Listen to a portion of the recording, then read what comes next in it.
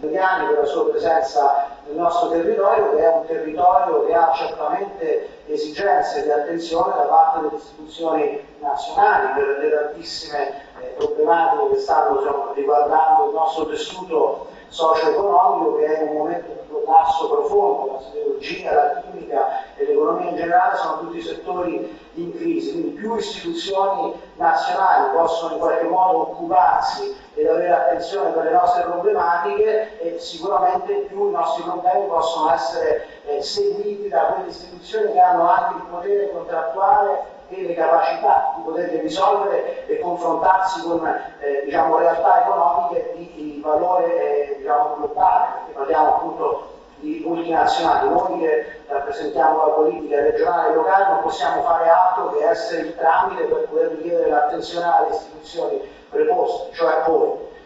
Sono venuto oltre che per i rapporti personali di amicizia nei confronti di Emanuele, per salutare e conoscere il senatore Candiani, sono venuto anche perché personalmente ritengo che questo sia un momento nel quale la politica del centrodestra di alternativa alla sinistra si debba nuovamente riorganizzare, perché dall'esperienza del passato dobbiamo sempre trarre insegnamento. L'insegnamento è quello che il centrodestra o le forze alternative alla sinistra, come vogliamo chiamare, in Italia vincono se unite, se coalizzate, se divise in 1000 rivoli, come è avvenuto a Terni nelle recenti elezioni amministrative, nelle quali è prevalso, senatore, un eccesso di civismo, voglio dire, no? È una città di 120.000 abitanti dove erano candidati a sindaco in 25, di questi 25, 22 erano candidati sindaci di liste civiche, o tante liste civiche coalizzate nelle coalizioni erano liste civiche che hanno avuto la funzione, voglio dire, lei che ha più esperienza di me, semplicemente di andare a togliere consenso ai partiti quelli già esistenti, mentre invece le forze politiche tradizionali radicate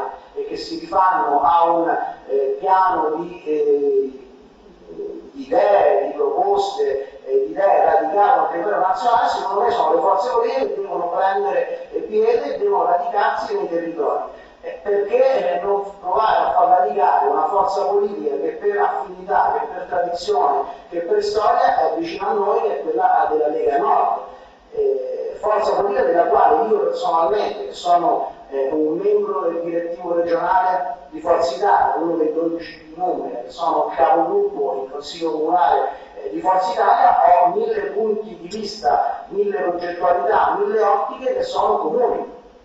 Certamente ritengo che il nostro ex alleato e coordinatore nazionale Alfano, dal ministro degli interni, stia gestendo il fenomeno dell'immigrazione nel nostro paese in modo indecoroso, un paese che non riesce più a garantire i diritti base, i servizi base ai cittadini italiani, non può certamente preoccuparsi di accogliere per tutta Europa i clandestini, e mi sembra che questo, senza nessuna volontà di fare onori di casa non dovuti agli amici qui presenti, l'unico partito, e lo dico da rappresentante apicale in questa città di Forza Italia, l'unico partito che seriamente in Italia si occupa e si oppone con le modalità volute a questa problematica sia la Lega Nord. Quindi da parte del movimento che rappresento c'è apertura a dialogare e in qualche modo, se il senatore ed Emanuele lo riterranno opportuno, anche a poter rappresentare le istituzioni locali. Emanuele lo sa che sono anche il primo dei movimenti di regione, quindi Forza Italia rappresenta una corrente che l'ultimo che è radicato con almeno un consigliere comunale in ogni comune di questa provincia, a partire da Terni. Se ce ne sarà esigenza di poter portare nelle istituzioni che rappresento e rappresentiamo progettualità, idee, proposte condivise che potremo in qualche modo approfondire insieme in un percorso che può partire e diventare virtuoso, c'è la mia massima disponibilità e vi ringrazio anche per l'invito e per avermi dato questa occasione. Grazie.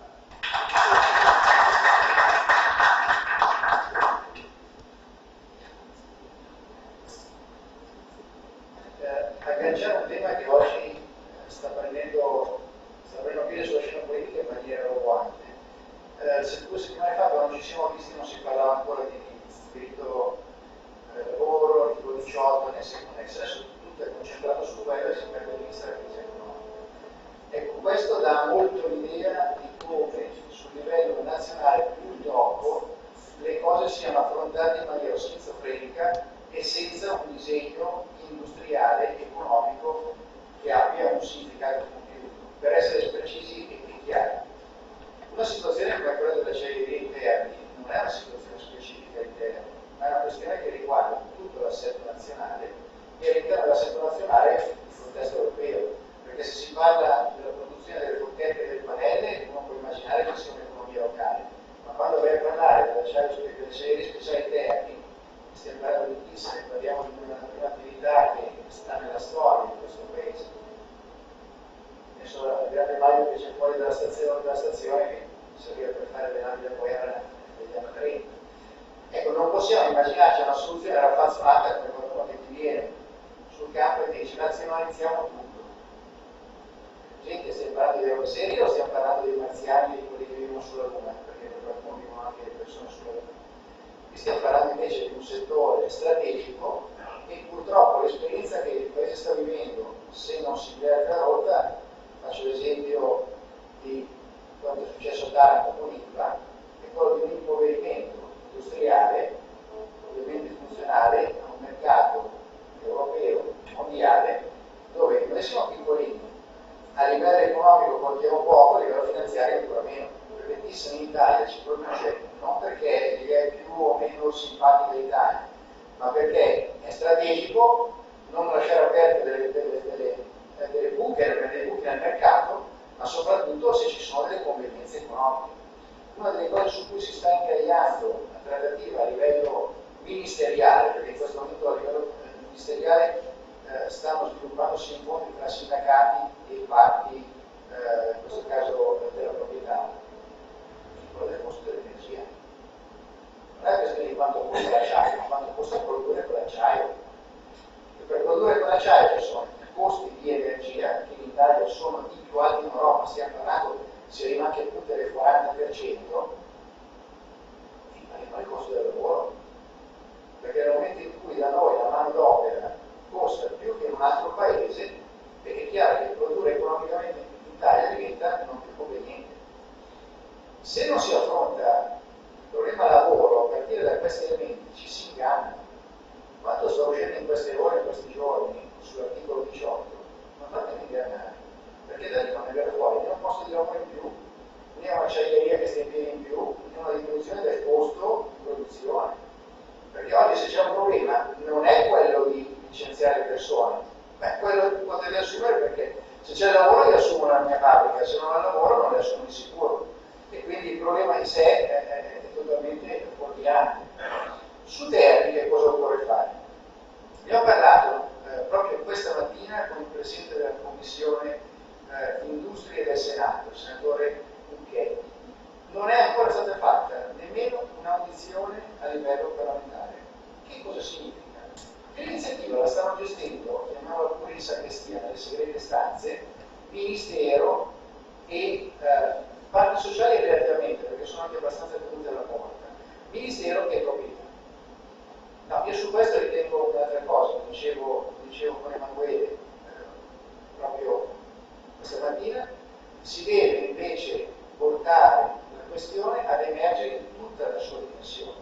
Quindi nei prossimi giorni ho chiesto che vengano attivate delle audizioni parlamentari con tutte le parti in campo, con lo scopo far emergere le difficoltà, le contraddizioni, le circostanze, perché non mi puoi venire a dire, lo dico al ministro Guidi, una volta che arrivano gli indiani a comprare, una volta che interessa i cinesi, l'altra che la Thyssen non ha alcun interesse di smettere, anzi ha intenzione di fare un piano di rilancio, perché in tutte le cose viene data una ragione economica per stare qua a produrre. Perché se non affronti il problema del costo del lavoro e dell'energia, qualsiasi soluzione finisce con essere, per essere chiari, quella dell'Italia. Avete presente l'illusione che tutto si risolve mettendoci dentro dei soldi per mano pubblica. Il risultato è che appena finiscono quei soldi ritorni in punto a capo se non peggio, perché ovviamente ogni volta il costo sociale poi viene spalmato sulla collettività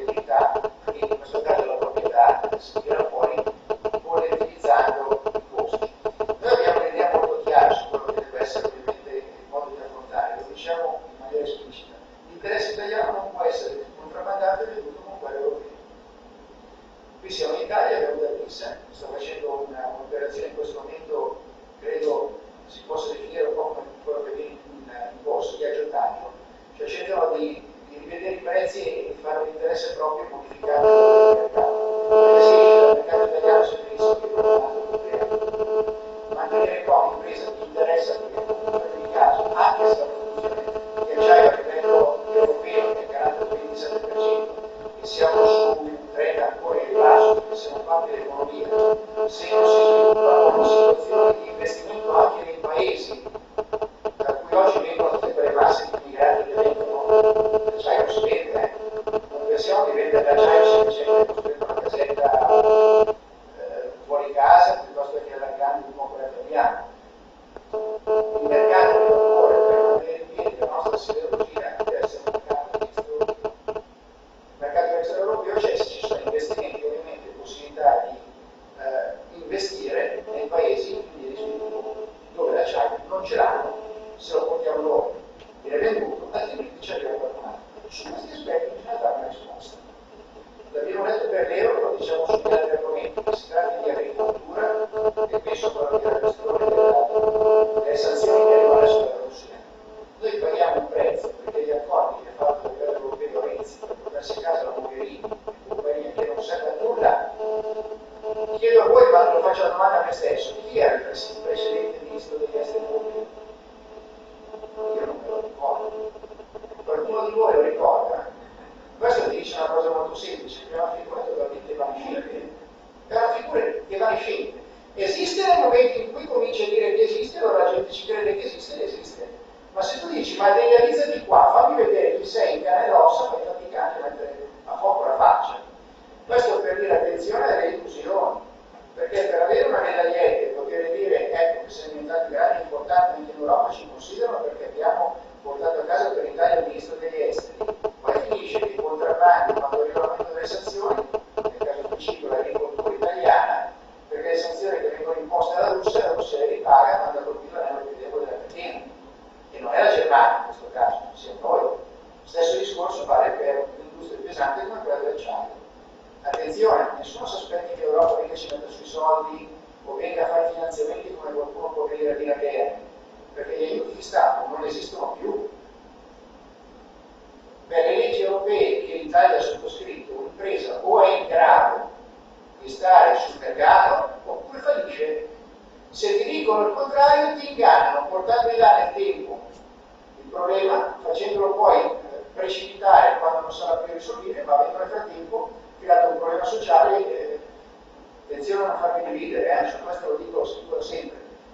Se si fa una battaglia la si deve fare unita, perché se no spaccate uno per uno, nasce prima 200, poi altri 200, poi altri 300, poi 400, poi 500, dipendenti da quanti sono oggi. Facciamo conto che non è facciamo conto che non è sono andati 500. E chi se ne frega? Ti chiudono la bottega, non ti dicono più niente, e poi è un problema che risolvono due magari andate in strada, se finisce così, se no addirittura nel silenzio della strada. Questo è un rischio pericolosissimo.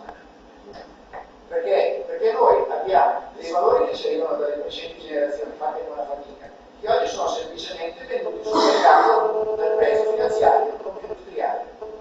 Quell'acciaio non sarà mai possibile venderlo se continua a costare troppo, perché l'energia che si usa per poterlo produrre costa troppo. Anche in Umbria c'è la questione, su questo gli estremisti del 5 Stelle poi sono particolarmente brillanti. Noi non andiamo ad acquistare il gas, non andiamo ad acquistare il petrolio e compagnia. E attenzione, perché se si rinuncia alle infrastrutture, o torniamo indietro alla cantiera del vicino, oppure dobbiamo essere consapevoli che quei costi e quei valori li paghiamo. E che quando paghi tanto il valore dell'energia, inevitabilmente il tuo prodotto non riesce a stare più sul mercato, perché o ha un autoconsumo, ma i tempi della regina Elisabetta del 1500 sono trascorsi, per cui non basta più il tuo mercato interno, o esporti oppure precipiti. Noi in questo momento abbiamo un'economia in recessione, perché? Perché l'Italia non riesce più ad esportare. La Germania ha un surplus di esportazione, l'Italia non riesce più ad esportare. Consumiamo le nostre ricchezze all'interno, non riusciamo a importare ovviamente dall'esterno. Questo è il grave limite. Ci sono le 31 domande e le 31 risposte che vi invito ad approfondire criticamente. A me piacerebbe che la prossima volta ci troviamo, dopo aver letto quanto c'è scritto qua dentro, qualcuno di voi venisse qui a dire no, io su questo non l'ho mica capito o come mi piace, non lo condivido o voglio approfondire, approfondiamo. Troverete qui dentro delle tesi che dicono in maniera molto concreta che se l'euro è una moneta fatta per la Germania non va bene per l'Italia. Che non vuol dire necessariamente uscire dall'euro, vuol dire che le regole che vengono fatte devono essere calibrate anche sulla nostra misura, perché altrimenti è lo stesso meccanismo della Mogherini. Per essere grandi, grossi e vendersi più di quello che vale, firmi dei patti e degli accordi che sopravvalutano la tua vecchia lira, per cui sei entrato dentro con una capacità competitiva molto più bassa e oggi, dove siamo tutti alla pari, non puoi più svalutare la moneta come facevi una volta. La Germania invece con questo, che è un'economia più forte, finanziariamente anche più forte, va in esportazione e non riesce a vendere più niente. Queste sono contraddizioni che sono sotto gli occhi di tutti, ma fanno parte anche di quella quotidianità che penso all'attività della messa, che se non viene affrontata significa non dare una soluzione. Pensare che si possa risolvere semplicemente con gli ammortizzatori sociali è un errore. Mettere le persone in cassa integrazione è una soluzione istantanea, ma non è una soluzione definitiva, perché quell'impresa che oggi produce ricchezza, se si ferma, produrrà domani debito e crisi, l'indotto annessi e connessi. Su questo, nei prossimi giorni, come vi dicevo, ho chiesto al Presidente della Commissione che ti darò ovviamente nota e documentazione che tu possa anche dare ai sindacati. Io con i sindacati non ho avuto occasione di parlarci, perché oggi erano al Ministero a fare il tavolo di incontri e di trattative. Se organizzo un incontro e ti chiedo di organizzare con i sindacati, ci troviamo e parliamo, perché la questione deve essere affrontata nella globalità. Seguirla solamente in maniera puntiforme su termini come se fosse una cosa specifica non serve a nulla. Ripeto, perché altrimenti abbiamo aiuto la gente di soluzioni che non hanno mercato. Bisogna dare una risoluzione che dica come qui viene prodotto l'acciaio con quali costa l'energia e dall'altra parte quali alternative dare se non dare questa casa nella ricollocazione. Si sviluppa un'industria, ne ho parlato l'altra volta, del territorio, un'industria che sia turistica, dobbiamo chiamarla così, un'industria alternativa, ci devono essere delle soluzioni che siano concrete, reali. Le uniche soluzioni reali che conosco sono quelle dove ci sono dietro i soldi. Finanzi di operazione, allora questo è sostenibile, se no sono solo parole. Noi non abbiamo in questo momento la possibilità di agire direttamente perché siamo in opposizione, non abbiamo le scelte che può fare il governo, ma intendiamo fare fino in fondo l'attività di composizione, ovvero costringerli a prendere delle scelte. Se prendi delle scelte, fai una cosa giusta, magari anche non quelle che necessariamente vorremmo noi, ma devi prendere una scelta e prendere responsabilmente. Se non prendi la scelta responsabilmente e porti dal tempo, noi ti consigliamo, perché con questo vuol dire che ti stai approfittando del consenso della gente che si illude della soluzione, ma li trascini poi nel fosso. Ed è un po' quello che sta facendo adesso Renzi con l'articolo 18. A me dell'articolo 18 no, me ne può fregare di meno se non c'è il lavoro per occupare la gente in fabbrica. Lo puoi togliere, lo puoi rafforzare, lo puoi fare in una maniera, lo puoi fare nell'altra, ma se non assumi una persona non ci sarà neanche la questione di come poter licenziare. È tutto un grande inganno. L'unica cosa su cui si deve parlare è come creare il lavoro. E il lavoro lo crei facendo partire l'economia, abbassando il costo del lavoro. Quindi è il amico degli inquilini. Parliamo anche delle tasse. Perché questo è un paese che se continuerà a pagare tasse per finanziare il debito pubblico non produce più economia. Noi dobbiamo pagare le tasse per vedere reinvestite, se è il comune nel rifare la piazza, se è lo Stato nel fare la grande opera di infrastruttura, la ferrovia, l'autostrada, il porto, quello che volete, ma se le nostre tasse sono pagate e vanno poi semplicemente a finanziare il debito pubblico che continua ad aumentare, beh, capiamo subito che qualsiasi sacrificio, anche quello di una tassa al 99%, non produrrà alcuna economia, perché stai prendendo la vacca, le asciughi nella pelle senza dargli poi da mangiare, e questa non produce più. Su questi temi dobbiamo confrontarci. Io ti rilancio il messaggio e lo dico anche a voi. Non insegno voi a fare i numeri. Io sono qui a dirvi cosa la Lega Nord pensa. Voi dovete fare la Lega Nord numeri. La Lega Nord, ringrazio l'amico di Forza Italia per essere qui,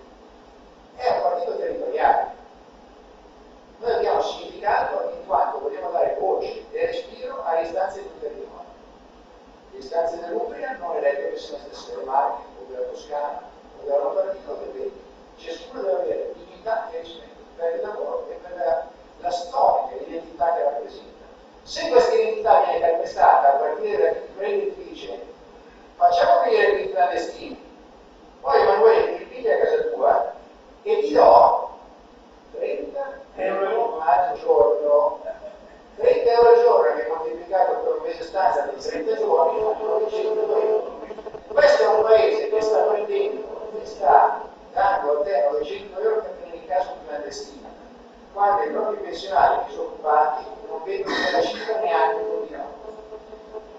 Questo non significa difendere il paese, significa mandarlo a fuoco, per di più, e mi fa abbastanza ribrezzo questo, mettendo avanti immagini da strappacuore, strappalacrime, per giustificare una mancanza di scelta politica.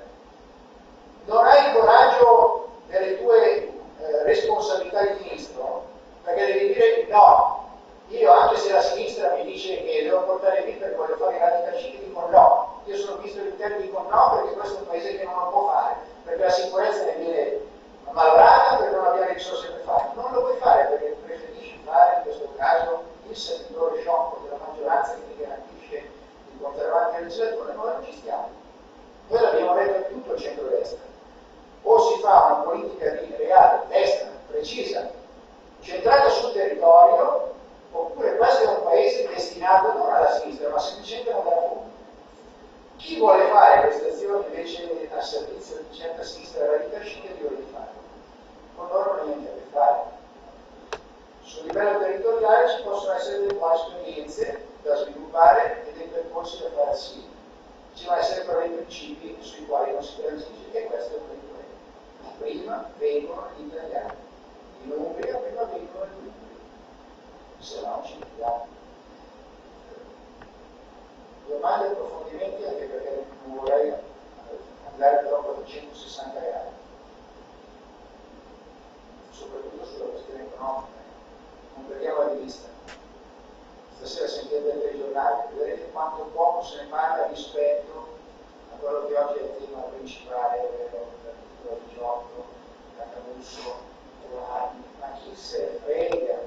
Cioè i sindacati della lista hanno abboccato un amo che gli ha messo lì, hanno tirato dentro il pesce nero, perché stanno facendo adesso un gran casino senza più pensare che i lavoratori non hanno il lavoro, le imprese non hanno il lavoro, gli artigiani non hanno il lavoro, non c'è. Come no? Se si sente andiamo a voce naturale, che è anche forse più mi sentite nella voce. Si è riunificato lo zero. Stiamo discutendo lei anche la strategia che aspettava la commissione. Secondo me il lavoro è una fase successiva di un'altra cosa. In Italia dove fanno questi soldi non filano più soldi senza soldi. Ma voglio sbandierare le riforme, perché solo posso dire faccio la riforma di giustizia, la riforma delle arti, la riforma autonoma, la cosa la fare. Io devo dire, bisogna dare così il lavoro. Fare che l'imprenditore che viene qui in Italia a investire soldi perché poi nessuno ti compra prodotti o servizi. Quindi è un altro che va di dare diceva che voleva emettere una moneta preoccupata da tutti, non è la Padania, sono 3 anni, ma perché non la Padania? Perché l'unica maniera di uscire fuori da questa situazione questa è la situazione ma sempre siamo italiani, siamo puri, siamo nell'inchiesta, nel chiedere. Basta leggere la legge comunitaria, dice che ogni nazione non può avere una propria, perché c'è l'euro che sta Paolo, ma non dice che non possono essere messe monete paralegali o precarie. C'è vero che in Germania, ragazzi, andate sul vostro campo e vedete che c'è il tiro 2 e la Merkel spende pure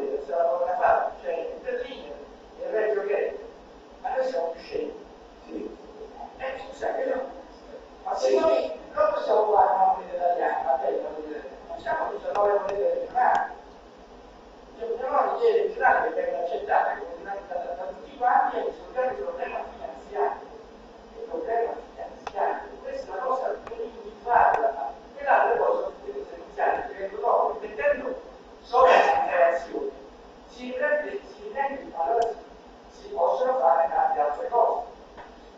E poi appunto che non sto spiegando, sono state le aziende, ma c'è una frase che mi piace delle grandi, non è simpatica, è una frase che serve a dire che a volte bisogna usare sistemi non convenzionali. Che significa?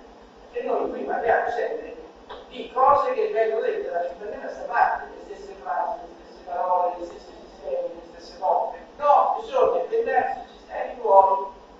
Ci sono questi sistemi nuovi? Sì, ci sono. Non si riesce a tirare fuori. Nel senso che se uno ha qualche cosa da dire, vedo si preoccupa, non riesce a portare all'attenzione delle forze politiche, perché anche se le prendono, non le prende in considerazione, le forze politiche che si lavorano per non ho lavorato per le stare più perché è stata la vita non la so. Poi trovo la vita non so delle nazze. Cioè, non si può dare risposte, no euro, no grazie, via lira, se la gente lavora la mattina, esce la mattina, torna la sera, viene colpita da fare. Ma la situazione è vista a 360 gradi, si sarebbe ripetuto nella fase economica, perché la fase istituzionale mi sta bene, la fase della salute più benissimo, ma quelle si possono dare contemporaneamente la cosa principale è l'economia che bisogna riguardare e l'economia, la battaglia, la stampare moneta di appropriarsi della sovranità britannica eliminata all'interno.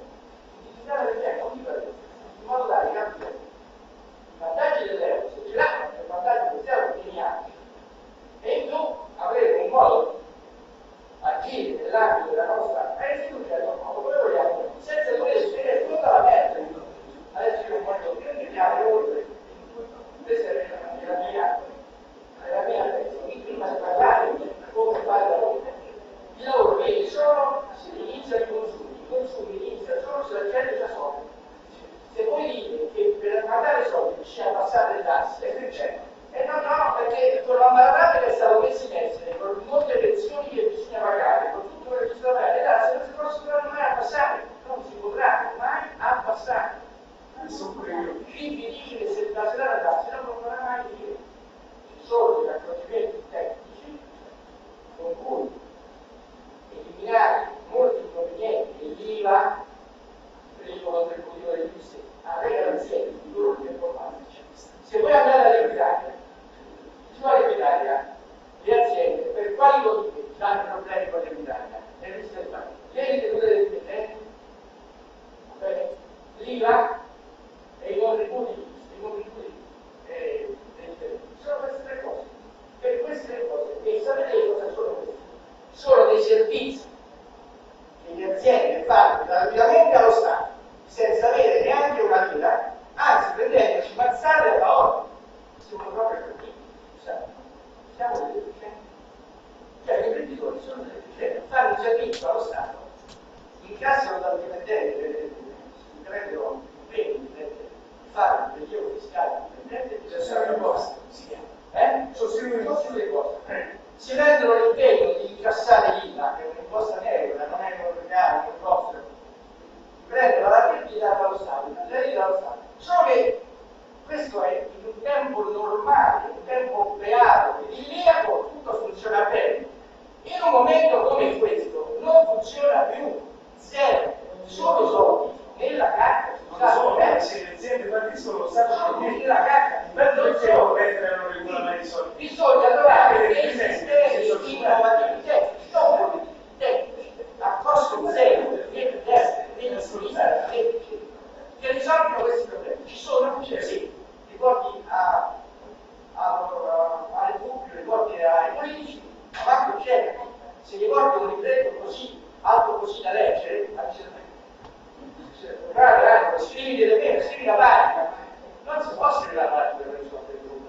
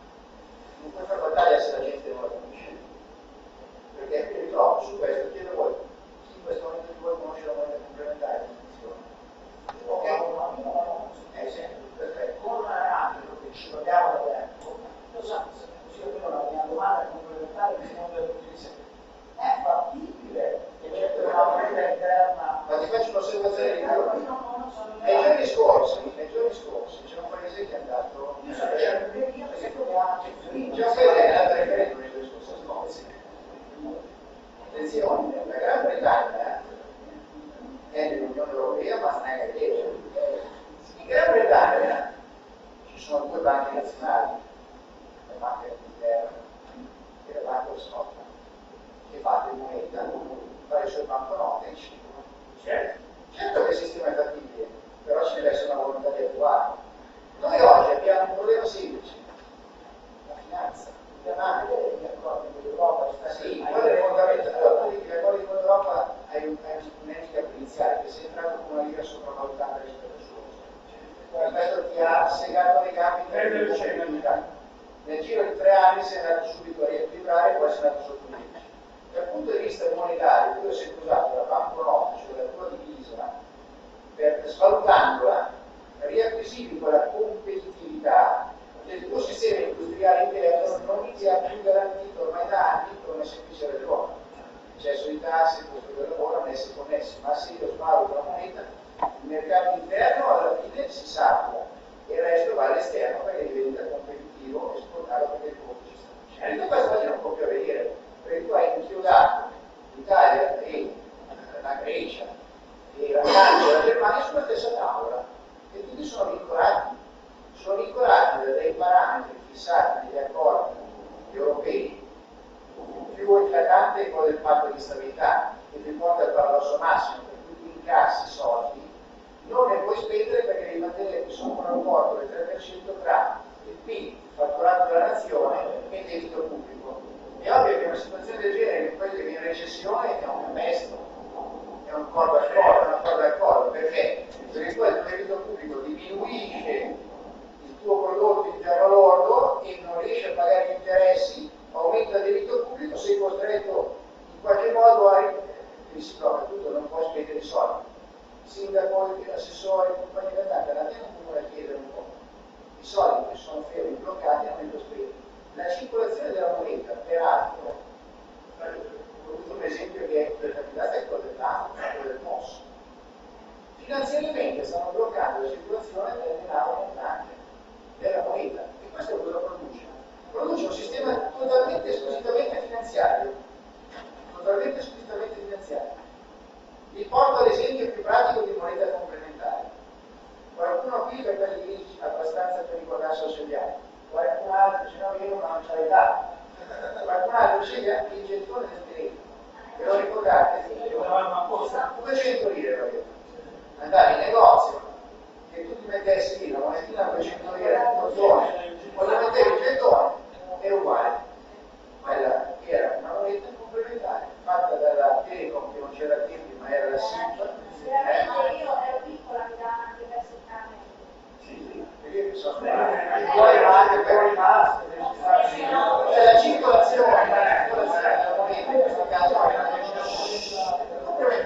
moneta complementare. È ovvio che dall'altra parte c'è una garanzia, una tesorizzazione. Il sistema oggi è bloccato da vincoli finanziari.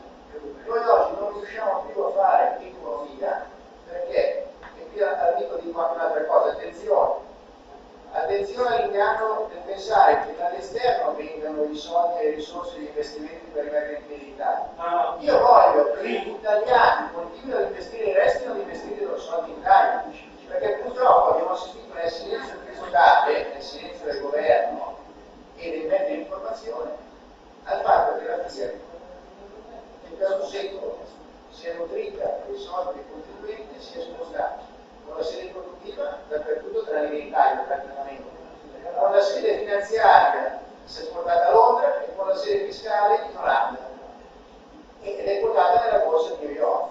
Ecco, questo è successo. Io non voglio che mi venga qui da chi si paralizzo seriamente a comprare per fare poi attività. Voglio che in Italia ci sia l'imprenditore che ha i soldi, investe in Italia. È questo che ti dà la libertà, perché altrimenti ti dico in mani e piedi a interessi finanziari.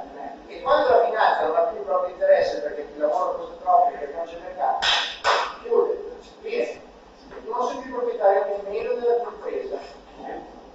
Tutto questo dice una cosa, noi il argomento lo raccogliamo. Mi piace la provocazione della politica che non solo. E lo porto talmente in là l'argomento da aver detto anche prima noi, portiamoci gli operai, portiamoci i sindacati, portiamoci anche le imprese in audizione. Portiamo in audizione alla Commissione Industria e Santi, che è pubblica.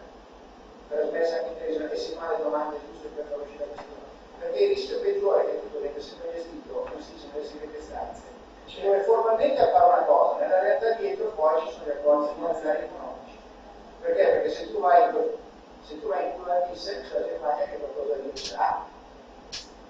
E allora queste cose vanno affrontate. Non ho risposto a tutti, mi sono convinto. Non ho desiderio di sapere tutto, non posso. Ma dico una cosa, dobbiamo avere tutti il desiderio di andare soprattutto a stimolare e non bloccarci rispetto a delle ipotesi che sono fantastiche. Andare a fondo degli argomenti, andare a affrontarli. Se gli altri siete fuori non c'è niente di interessante.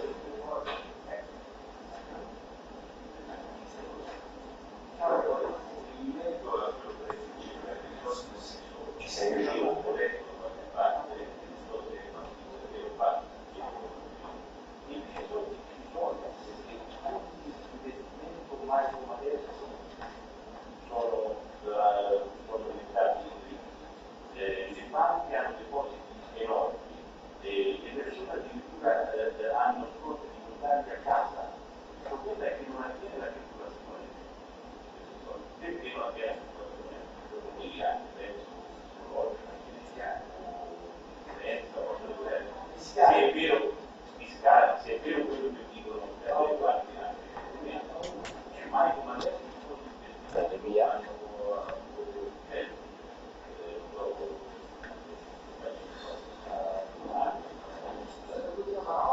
i banchi prendono i soldi a zero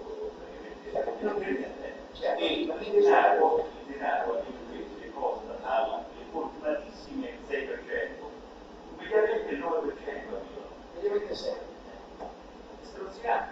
Ora, a fronte di questo, ti dico, se tu la gente non si casa, tu le cose le dici. Se fai lo cose che arrivano a 14, allora, io sono convinto di un aspetto molto semplice. Noi stiamo affrontando una crisi economica estrema super ricercata. Quando ci sarà il momento della sveglia, mi auguro che ci sia ancora la forza per rialzarsi.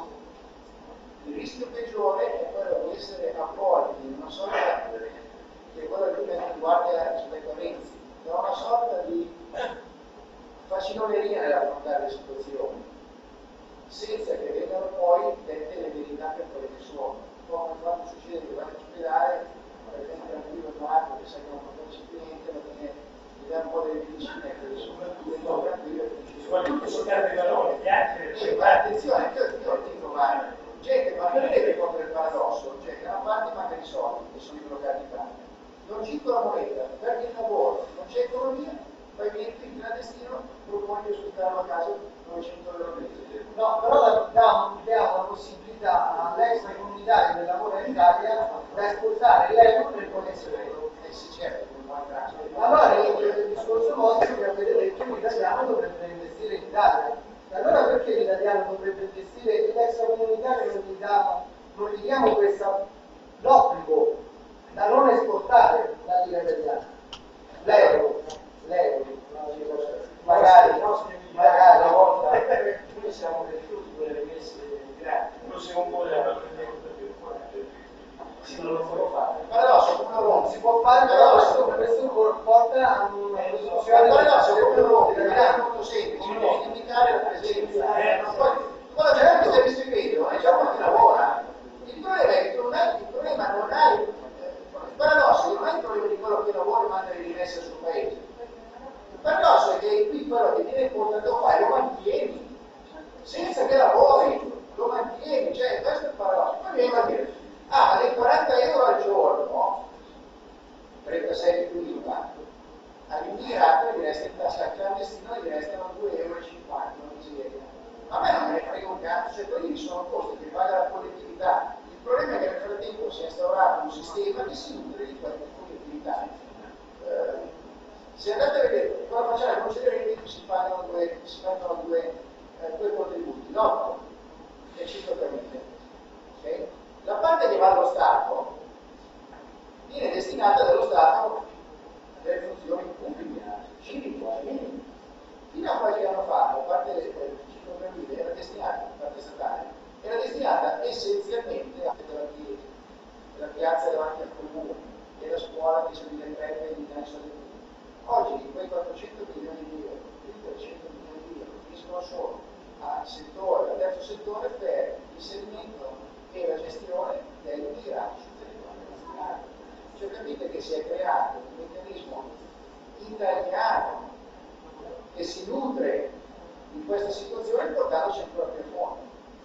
Quando succedono situazioni come quelle che c'erano a periferia di Roma nei giorni scorsi, dove hanno salito alcuni circa, e io mi arrabbio anche perché c'è qualcuno italiano che deve messo a disposizione la casa, subaffittando, riaffittate in compagnia mercante.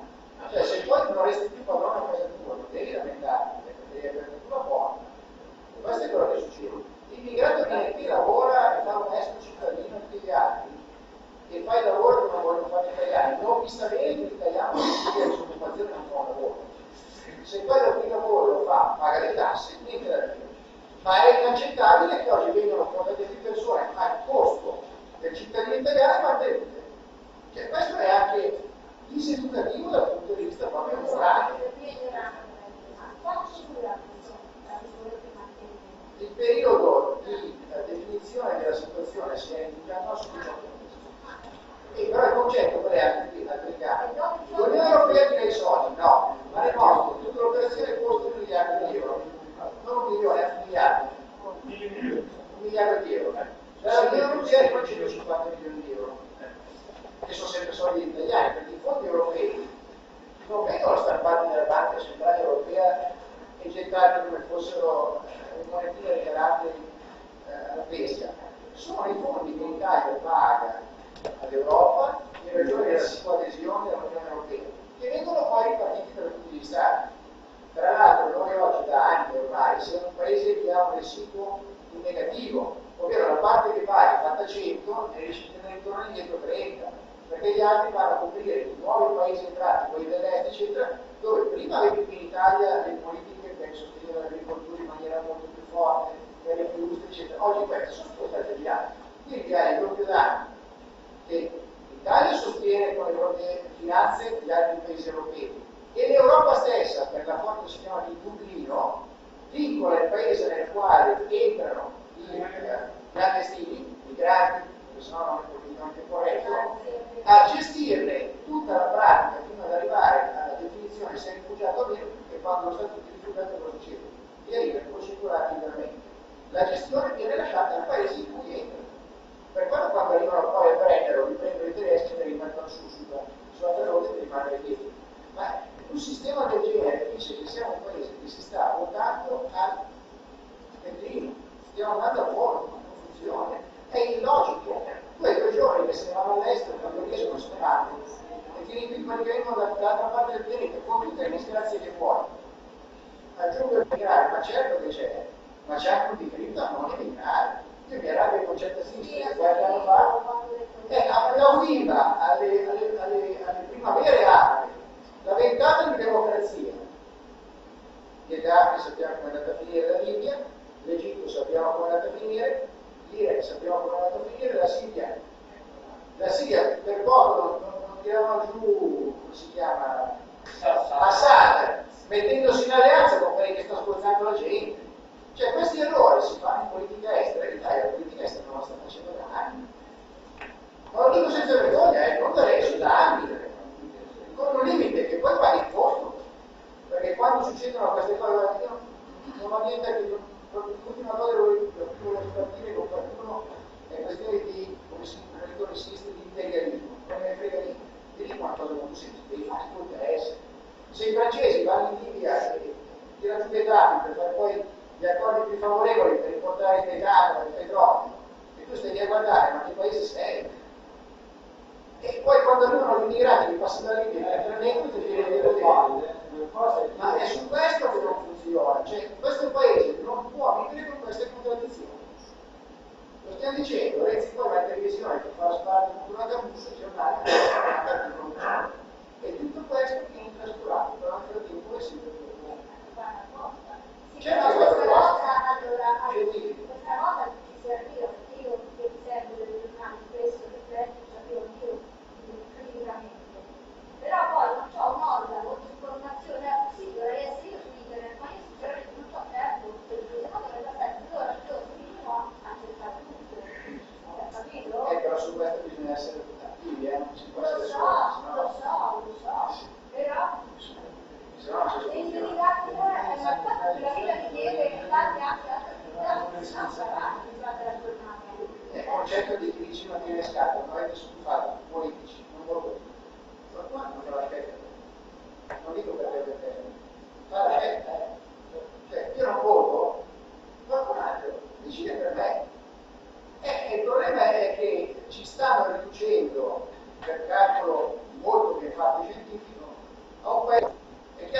che era assegnato, puoi fare quello che vuoi, mettere la gamma per l'aria e prendere le cose non integrali. Questo è il dramma del paese Italia. Il messaggio che stiamo lanciando è che non c'è messo lì, non è un messaggio da lasciare perdere sotto certe latitudini, è un messaggio che riguarda tutti, ce l'abbiamo capito. In questo paese è fatto dai pericolisti. Il problema non è mio, il problema dell'altro, se lo risolve mai. Sì, il problema è che se lo contro la parte ci sia solo tutti. Quindi prima roba è tenere la galla rispetto alla deriva che ha preso con l'Europa e con questa politica terzomonista. Seconda cosa, in parallelo, finalmente, su questo ci speriamo da sempre, far dimagrire quelli che sono di buttano l'eccesso rispetto a chi paga le tasse, noi che lavoriamo, paghiamo e poi vediamo i soldi che invece spariscono nei ministeri perché non stanno nei comuni, lo spreco, poi da Catania per esempio produrre random, mettiamolo così, stereotipo, i grandi sprechi sono dentro nei ministeri, dove lo dico vivendo e vedendo, non è cambiato niente. Perché stasera un'ora, vedete a vedere quante auto vendute all'inizio, non cosa sto vedendo.